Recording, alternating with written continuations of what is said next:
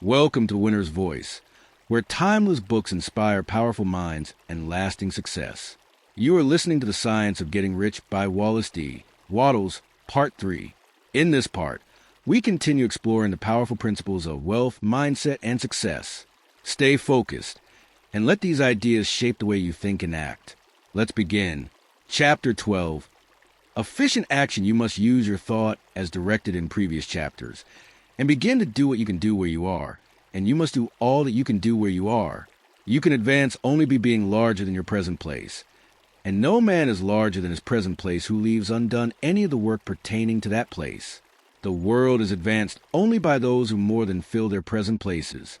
If no man quite filled his present place, you can see that there must be a going backward in everything. Those who do not quite fill their present places are dead weight upon society, government, commerce, and industry. They must be carried along by others at a great expense. The progress of the world is retarded only by those who do not fill the places they're holding. They belong to a former age and a lower stage or plan of life, and their tendency is toward degeneration. No society could advance if every man was smaller than his place. Social evolution is guided by the law of physical and mental evolution. In the animal world, evolution is caused by excess of life. When an organism has more life than can be expressed in the functions of its own plane, it develops the organs a higher plane, and a new species is originated. There never would have been new species had there not been organisms which more than filled their places. The law is exactly the same for you. Your getting rich depends upon your applying this principle to your own affairs. Every day is either a successful day or a day of failure, and it is the successful days which get you what you want. If every day is a failure, you can never get rich, while if every day is a success, you cannot fail to get rich. If there is something that may be done today, and you do not do it, you have failed in so far as that thing is concerned, and the consequences may be more disastrous than you imagine. You cannot foresee the results of even the most trivial act. You do not know the workings of all the forces that have been set moving in your behalf. Much may be depending on your doing some simple act. It may be the very thing which is to open the door of opportunity to very great possibilities. You can never know all the combinations which supreme intelligence is making for you in the world of things, and of human affairs. Your neglect or failure to do some small thing may cause a long delay in getting what you want. Do, every day, all that can be done that day.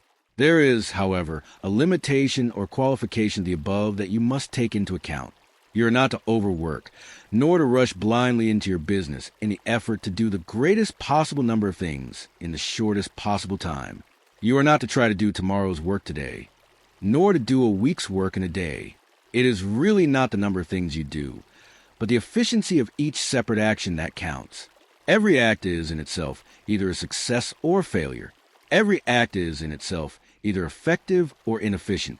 Every inefficient act is a failure, and if you spend your life in doing inefficient acts, your whole life will be a failure. The more things you do, the worse for you if all your acts are inefficient ones. On the other hand, every efficient act is a success in itself, and if every act of your life is an efficient one, your whole life must be a success.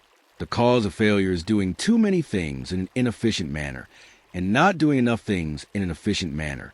You will see that it is a self-evident proposition that if you do not do any inefficient acts, and if you do a sufficient number of efficient acts, you will become rich.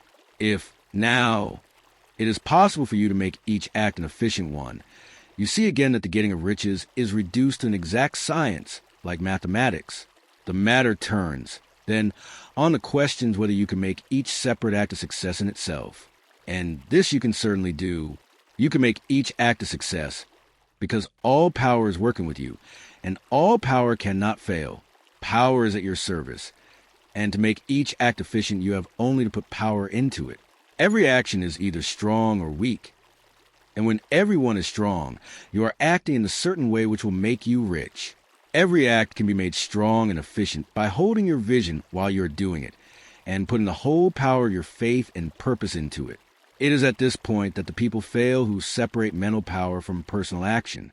They use the power of mind in one place and at one time, and they act in another pace and at another time, so their acts are not successful in themselves.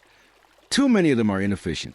But if all power goes into every act, no matter how commonplace. Every act will be a success in itself. And as in the nature of things, every success opens a way to other successes. Your progress toward what you want and the progress of what you want toward you will become increasingly rapid. Remember that successful action is cumulative in its results. Since the desire for more life is inherent in all things, when a man begins to move toward larger life, more things attach themselves to him, and the influence of his desire is multiplied. Do, every day, all that you can do that day, and do each act in an efficient manner. In saying that you must hold your vision while you are doing each act, however trivial or commonplace, I do not mean to say that it is necessary at all times to see the vision distinctly to its smallest details. It should be the work of your leisure hours to use your imagination on the details of your vision and to contemplate them until they are firmly fixed upon memory. If you wish speedy results, spend practically all your spare time in this practice. By continuous contemplation, you will get the picture of what you want, even to the smallest details, so firmly fix upon your mind, and so completely transfer to a mind of formless substance, that in your working hours you need only to mentally refer to the picture to stimulate your faith and purpose and cause your best effort to be put forth. Contemplate your picture in your leisure hours until your consciousness is so full of it that you can grasp it instantly. You'll become so enthused with its bright promises that the mere thought of it will call forth the strongest energies of your whole being. Let us again repeat our syllabus, and by slightly changing the closing statements, bring it to the point we have now reached. There is a thinking stuff in which all things are made, and which, in its original state, permeates, penetrates, and fills the inner spaces of the universe.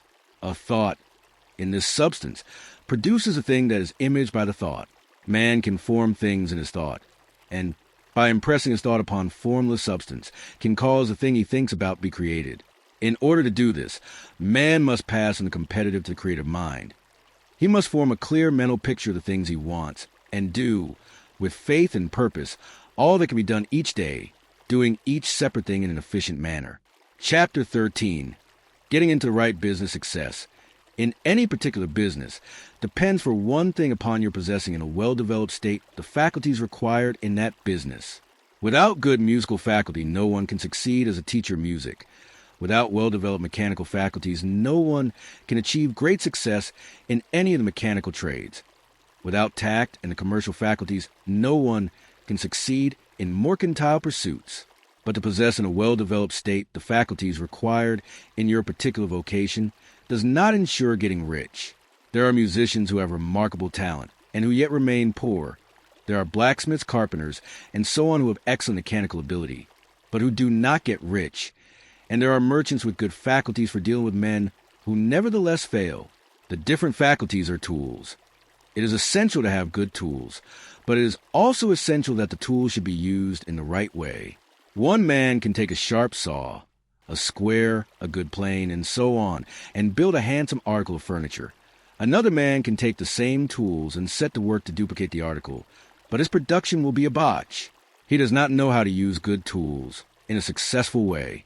The various faculties of your mind are the tools with which you must do the work, which is to make you rich. It will be easier for you to succeed if you get into a business for which you are well equipped with mental tools. Generally speaking, you will do best in that business which will use your strongest faculties, the one for which you are naturally best fitted. But there are limitations to this statement. Also, no man should regard his vocation as being irrevocably fixed by the tendencies with which he was born. You can get rich in any business, for if you have not the right talent for you can develop that talent. It merely means that you will have to make your tools as you go along, instead of confining yourself to the use of those with which you were born. It will be easier for you to succeed in a vocation for which you already have the talents in a well-developed state. But you could succeed in any vocation, for you could develop any rudimentary talent. And there is no talent of which you have not at least a rudiment. You will get rich most easily in point of effort, if you do that for which you are best fitted. But you will get rich most satisfactorily if you do that which you want to do. Doing what you want to do is life.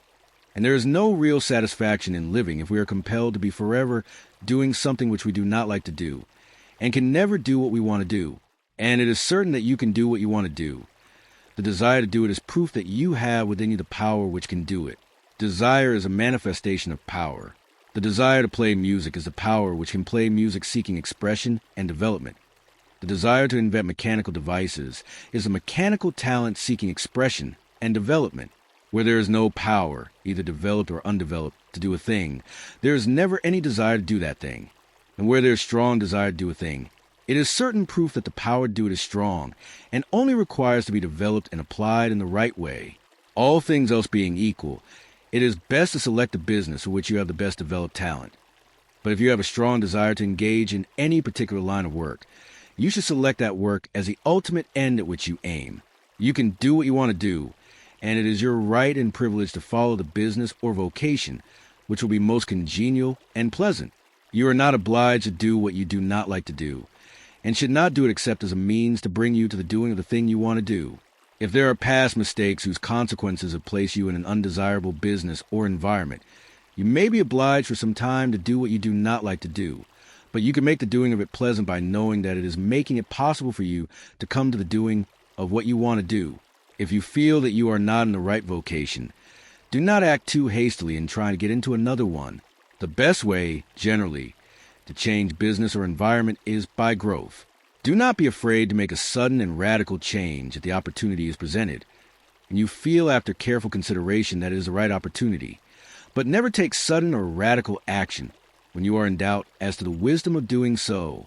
There is never any hurry on the creative plane, and there is no lack of opportunity. When you get out of a competitive mind, you will understand that you never need to act hastily. No one else is going to beat you to the thing you want to do. There is enough for all. If one space is taken, another and a better one will be open for you a little farther on. There is plenty of time. When you are in doubt, wait, fall back on the contemplation of your vision, and increase your faith and purpose. And by all means, in times of doubt and indecision, cultivate gratitude. A day or two spent in contemplating the vision of what you want and in earnest thanksgiving that you're getting it will bring your mind into such close relationship with the Supreme that you will make no mistake when you do act. There is a mind which knows all there is to know, and you can come into close unity with this mind by faith and the purpose to advance in life. If you have deep gratitude, mistakes come from acting hastily, or from acting in fear or doubt, or in forgetfulness of the right motive, which is more life to all and less to none. As you go on in a certain way, opportunities will come to you in increasing number, and you will need to be very steady in your faith and purpose, and keep in close touch with the All-Mind by reverent gratitude. Do all that you can do in a perfect manner every day, but do it without haste, worry, or fear. Go as fast as you can, but never hurry. Remember that in the moment you begin to hurry, you cease to be a creator and become a competitor. You drop back upon the old plane again. Whenever you find yourself hurrying, call a halt. Fix your attention on the mental image of the thing you want, and begin to give thanks that you are getting it. The exercise of gratitude will never fail to strengthen your faith and renew your purpose. Chapter 14. The impression of increase, whether you change your vocation or not, your actions for the present must be those pertaining to the business in which you are now engaged. You can get into the business you want by making constructive use of the business you're already established in, by doing your daily work in a certain way. And insofar as your business consists in dealing with other men, whether personally or by letter, the key thought of all your efforts must be to convey to their minds the impression of increase. Increase is what all men and all women are seeking. It is the urge of the formless intelligence within them, seeking fuller expression. The desire for increase is inherent in all nature. It is a fundamental impulse of the universe. All human activities are based on the desire for increase. People are seeking more food, more clothes, better shelter, more luxury, more beauty, more knowledge, more pleasure. Increase in something, more life. Every living thing is under this necessity for continuous advancement. Where increase of life ceases, dissolution and death set in at once. Man instinctively knows this, and hence he is forever seeking more. This law of perpetual increase is set forth by Jesus in the parable of the talents. Only those who gain more attain any. From him who hath not shall be taken away even that which he hath. The normal desire for increased wealth is not an evil or a reprehensible thing. It is simply the desire for more abundant life. It is aspiration, and because it is the deepest instinct of their natures, all men and women are attracted to him, who can give them more of the means of life. In following the certain way as described in the foregoing pages, You are getting continuous increase of yourself, and you are giving it to all with whom you deal. You are a creative center, from which increase is given off to all. Be sure of this, and convey assurance of the fact to every man, woman, and child with whom you come in contact, no matter how small the transaction, even if it be only the selling of a stick of candy to a little child. Put into it the thought of increase, and make sure that the customer is impressed with the thought. Convey the impression of advancement with everything you do, so that all people shall receive the impression that you are an advancing man, and that you advance all who deal with you, even to the people whom you meet in a social way, without any thought of business, and to whom you do not try to sell anything. Give the thought of increase. You can convey this impression by holding the unshakable faith that you, yourself, are on the way of increase, and by letting this faith inspire, fill, and permeate every action. Do everything that you do in the firm conviction that you are an advancing personality, and that you are giving advancement to everybody. Feel that you are getting rich, and that in so doing you are making others rich and conferring benefits on all. Do not boast or brag of your success or talk about it unnecessarily. True faith is never boastful. Wherever you find a boastful person, you find one who is secretly doubtful and afraid. Simply feel the faith, and let it work out in every transaction. Let every act and tone and look express the quiet assurance that you are getting rich, that you are already rich. Words will not be necessary to communicate this feeling to others. They will feel the sense of increase when in your presence, and will be attracted to you again. You must so impress others that they will feel that in associating with you, they will get increase for themselves. See that you give them a use value greater than the cash value you are taking from them. Take an honest pride in doing this, and let everybody know it, and you will have no lack of customers. People will go where they are given increase, and the Supreme, which desires increase in all and which knows all, will move toward you men and women who have never heard of you. Your business will increase rapidly, and you will be surprised at the unexpected benefits which will come to you. You will be able from day to day to make larger combinations, secure greater advantages, and go on into a more congenial vocation if you desire to do so. But doing all this, you must never lose sight of your vision of what you want or your faith and purpose to get what you want. Let me here give you another word of caution in regard to motives.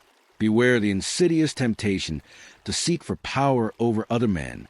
Nothing is so pleasant to the unformed or partially developed mind as the exercise of power or dominion over others. The desire to rule for selfish gratification has been the curse of the world. For countless ages kings and lords have drenched the earth with blood in their battles to extend their dominions. This not to seek more life for all, but to get more power for themselves. Today, the main motive in the business and industrial world is the same. Men marshal their armies of dollars and lay waste the lives and hearts of millions in the same mad scramble for power over others. Commercial kings, like political kings, are inspired by the lust for power. Jesus saw in this desire for mastery the moving impulse of that evil world he sought to overthrow. Read the 23rd chapter of Matthew, and see how he pictures the lust of the Pharisees to be called master, to sit in the high places, to domineer over others, and to lay burdens on the backs of the less fortunate. And note how he compares this lust for dominion with the brotherly seeking for the common good to which he calls his disciples. Look out for the temptation to seek for authority, to become a master, to be considered as one who is above the common herd, to impress others by lavish display, and so on. The mind that seeks for mastery over others is a competitive mind, and the competitive mind is not the creative one. In order to master your environment and your destiny, it is not at all necessary that you should rule over your fellow men. And indeed, when you fall into the world's struggle for the high places, you begin to be conquered by fate and environment, and your getting rich becomes a matter of chance and speculation. Beware of the competitive mind. No better statement of the principle of creative action can be formulated in a favorite declaration of the late Golden Rule Jones of Toledo. What I want for myself, I want for everybody. Chapter 15. The advancing man, what I have said in the last chapter applies as well to professional man and the wage earner as to the man who is engaged in mercantile business. No matter whether you are a physician, a teacher, or a clergyman, if you can give increase of life to others and make them sensible of the fact, they will be attracted to you, and you will get rich. The physician who holds a vision of himself as a great and successful healer, and who works toward the complete realization of that vision with faith and purpose, as described in former chapters, will come into such close touch with the source of life that he will be phenomenally successful. Patients will come to him in throngs. No one has a greater opportunity to carry into effect the teaching of this book than the practitioner of medicine. It does not matter to which of the various schools he may belong, for the principle of healing is common to all of them and may be reached by all alike. The advancing man in medicine, who holds to a clear mental image of himself as successful and who obeys the laws of faith, purpose, and gratitude, will cure every curable case he undertakes, no matter what remedies he may use. In the field of religion, the world cries out for the clergyman who can teach his hearers the true science of abundant life. He who masters the details of the science of getting rich, together with the allied sciences of being well, of being great, and of winning love, and who teaches these details from the pulpit, will never lack for a congregation. This is the gospel that the world needs. It will give increase of life, and men will hear it gladly, and will give liberal support to the man who brings it to them. What is now needed is a demonstration of the science of life from the pulpit. We want preachers who can not only tell us how, but who in their own persons will show us how. We need the preacher who will himself be rich, healthy, great, and beloved to teach us how to attain to these things. And when he comes, he will find a numerous and loyal following. The same is true of the teacher who can inspire the children with the faith and purpose of the advancing life. He will never be out of a job. And any teacher who has this faith and purpose can give it to his pupils. He cannot help giving it to them if it is part of his own life and practice. What is true of the teacher, preacher, and physician is true of the lawyer, dentist, real estate man, insurance agent of everybody. The combined mental and personal action I have described is infallible. It cannot fail.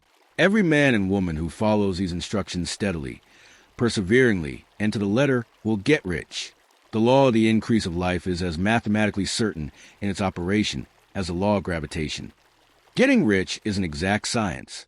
The wage earner will find this as true of his case as of any of the others mentioned. Do not feel that you have no chance to get rich because you are working where there is no visible opportunity for advancement, where wages are small and the cost of living high. Form your clear mental vision of what you want and begin to act with faith and purpose. Do all the work you can do every day and do each piece of work in a perfectly successful manner. Put the power of success and the purpose to get rich into everything that you do. But do not do this merely with the idea of currying favor with your employer in the hope that he or those above you will see your good work and advance you. It is not likely that they will do so. The man who is merely a good workman, filling his place to the very best of his ability and satisfied with that, is valuable to his employer, and it is not to the employer's interest to promote him. He is worth more where he is. To secure advancement, something more is necessary than to be too large for your place. The man who is certain to advance is the one who is too big for his place, and who has a clear concept of what he wants to be, who knows that he can become what he wants to be, and who is determined to be what he wants to be. Do not try to more than fill your present place with a view to pleasing your employer. Do it with the idea of advancing yourself. Hold the faith and purpose of increase during work hours, after work hours, and before work hours. Hold it in such a way that every person who comes in contact with you, whether foreman, fellow workman, or social acquaintance, will feel the power of purpose radiating from you, so that everyone will get the sense of advancement and increase from you. Men will be attracted to you, and if there is no possibility for advancement in your present job, you will very soon see an opportunity to take another job. There is a power which never fails to present opportunity to the advancing man who is moving in obedience to law. God cannot help helping you if you act in a certain way. He must do so in order to help himself.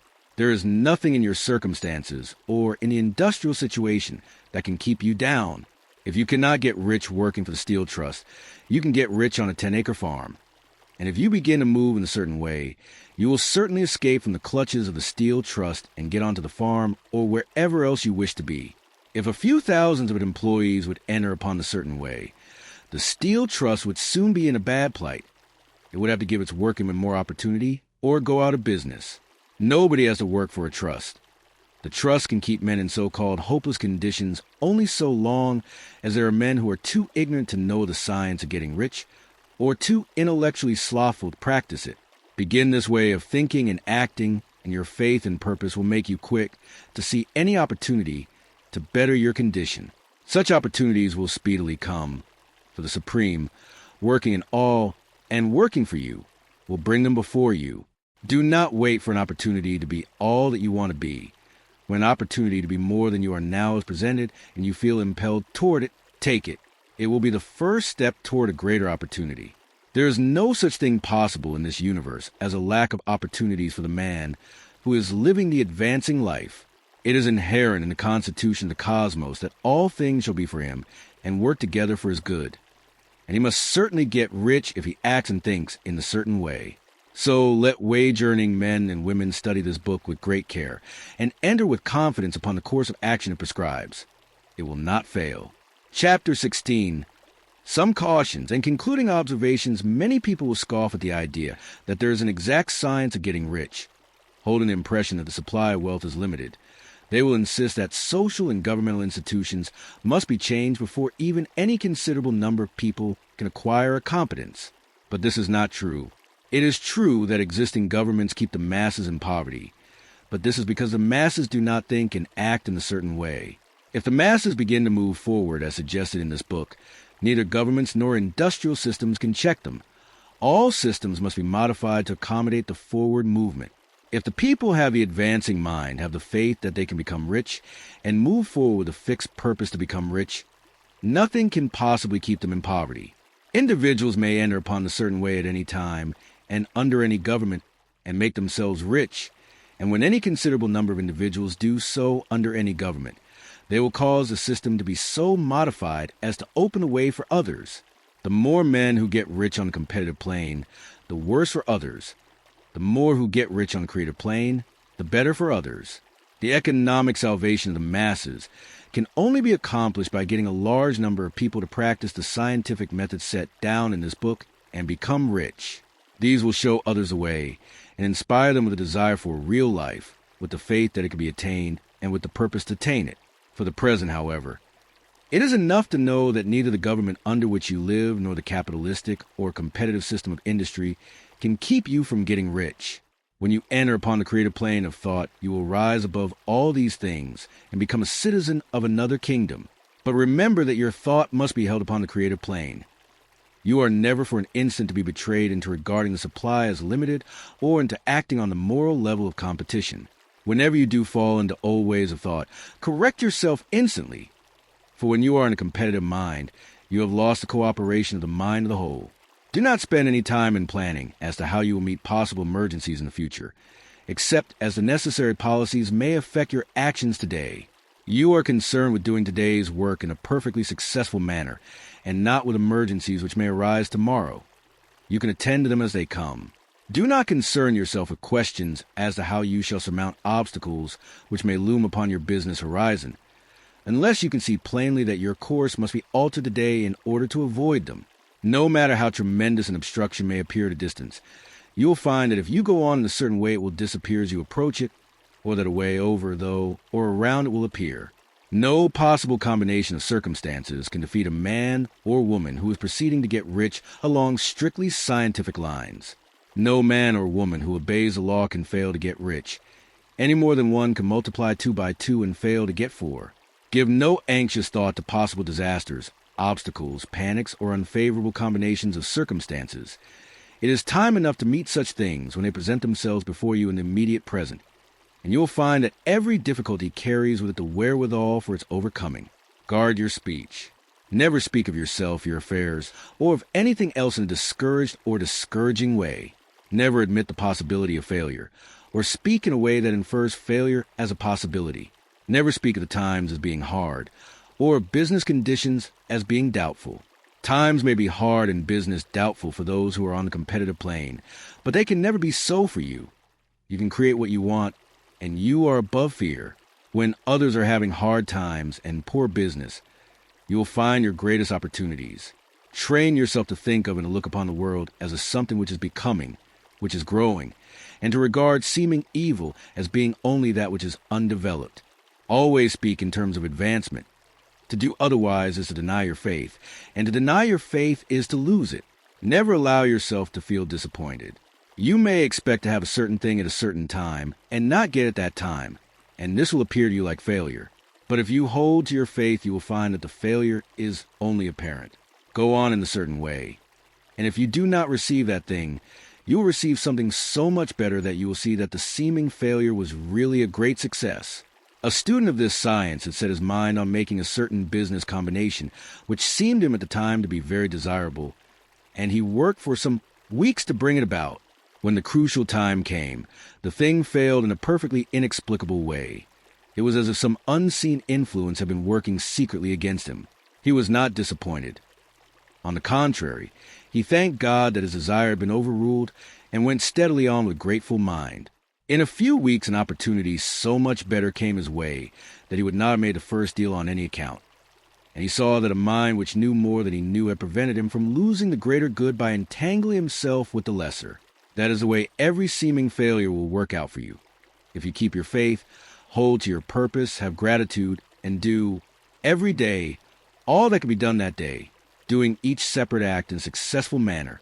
When you make a failure, it is because you have not asked for enough. Keep on, and a larger thing than you were seeking will certainly come to you. Remember this. You will not fail because you lack the necessary talent to do what you wish to do. If you go on as I have directed, you will develop all the talent that is necessary to the doing of your work. It is not within the scope of this book to deal with the science of cultivating talent, but it is as certain and simple as the process of getting rich. However, do not hesitate or waver for fear that when you come to any certain place you will fail for lack of ability. Keep right on, and when you come to that place, the ability will be furnished to you. The same source of ability which enabled the untaught Lincoln to do the greatest work in government ever accomplished by a single man is open to you. You may draw upon all the mind there is for wisdom to use in meeting the responsibilities which are laid upon you. Go on in full faith. Study this book. Make it your constant companion until you have mastered all the ideas contained in it. While you are getting firmly established in this faith, you will do well to give up most recreations and pleasure, and to stay away from places where ideas conflicting with these are advanced in lectures or sermons. Do not read pessimistic or conflicting literature, or get into arguments upon the matter. Do very little reading. Outside of the writers mentioned in the preface, when you make a failure, it is because you have not asked for enough. Keep on, and a larger thing than you were seeking will certainly come to you. Remember this. You will not fail because you lack the necessary talent to do what you wish to do. If you go on as I have directed, you will develop all the talent that is necessary to the doing of your work. It is not within the scope of this book to deal with the science of cultivating talent, but it is as certain and simple as the process of getting rich. However, do not hesitate or waver for fear that when you come to any certain place you will fail for lack of ability. Keep right on, and when you come to that place, the ability will be furnished to you. The same source of ability which enabled the untaught Lincoln do the greatest work in government ever accomplished by a single man is open to you. You may draw upon all the mind there is for wisdom to use in meeting the responsibilities which are laid upon you. Go on in full faith. Study this book. Make it your constant companion until you have mastered all the ideas contained in it. While you are getting firmly established in this faith, you will do well to give up most recreations and pleasure, and to stay away from places where ideas conflicting with these are advanced in lectures or sermons. Do not read pessimistic or conflicting literature, or get into arguments upon the matter. Do very little reading. Outside of the writers mentioned in the preface, when you make a failure, it is because you have not asked for enough. Keep on, and a larger thing than you were seeking will certainly come to you. Remember this. You will not fail because you lack the necessary talent to do what you wish to do. If you go on as I have directed, you will develop all the talent that is necessary to the doing of your work. It is not within the scope of this book to deal with the science of cultivating talent, but it is as certain and simple as the process of getting rich. However, do not hesitate or waver for fear that when you come to any certain place you will fail for lack of ability. Keep right on, and when you come to that place, the ability will be furnished to you. The same source of ability which enabled the untaught Lincoln to do the greatest work in government ever accomplished by a single man is open to you. You may draw upon all the mind there is for wisdom to use in meeting the responsibilities which are laid upon you. Go on in full faith. Study this book. Make it your constant companion until you have mastered all the ideas contained in it. While you are getting firmly established in this faith, you will do well to give up most recreations and pleasure, and to stay away from places where ideas conflicting with these are advanced in lectures or sermons. Do not read pessimistic or conflicting literature, or get into arguments upon the matter. Do very little reading, outside of the writers mentioned in the preface, thanksgiving that the reality is being given to him. Too much stress cannot be laid on the importance of frequent contemplation of the mental image, coupled with unwavering faith and devout gratitude. This is the process by which the impression is given to the formless, and the creative forces set in motion. The creative energy works through the established channels of natural growth and of industrial and social order. All that is included in his mental image will surely be brought to the man who follows the instructions given above, and whose faith does not waver. What he wants will come to him through the ways of established trade and commerce. In order to receive his own when it shall come to him, man must be active. And this activity can only consist of more than filling his present place. He must keep in mind the purpose to get rich through the realization of his mental image. And he must do, every day, all that can be done that day, taking care to do each act in a successful manner. He must give to every man a use value in excess of the cash value he receives, so that each transaction makes him more life. And he must so hold the advancing thought that the impression of increase will be communicated to all with whom he comes in contact. The men and women who practice the foregoing instructions will certainly get rich, and the riches they receive will be in exact proportion to the definiteness of their vision, the fixity of their purpose, the steadiness of their faith, and the depth of their gratitude. You've been listening to The Science of Getting Rich, the complete audiobook. Thank you for being with the Winner's Voice. If you found this valuable, don't forget to subscribe and continue your journey toward success.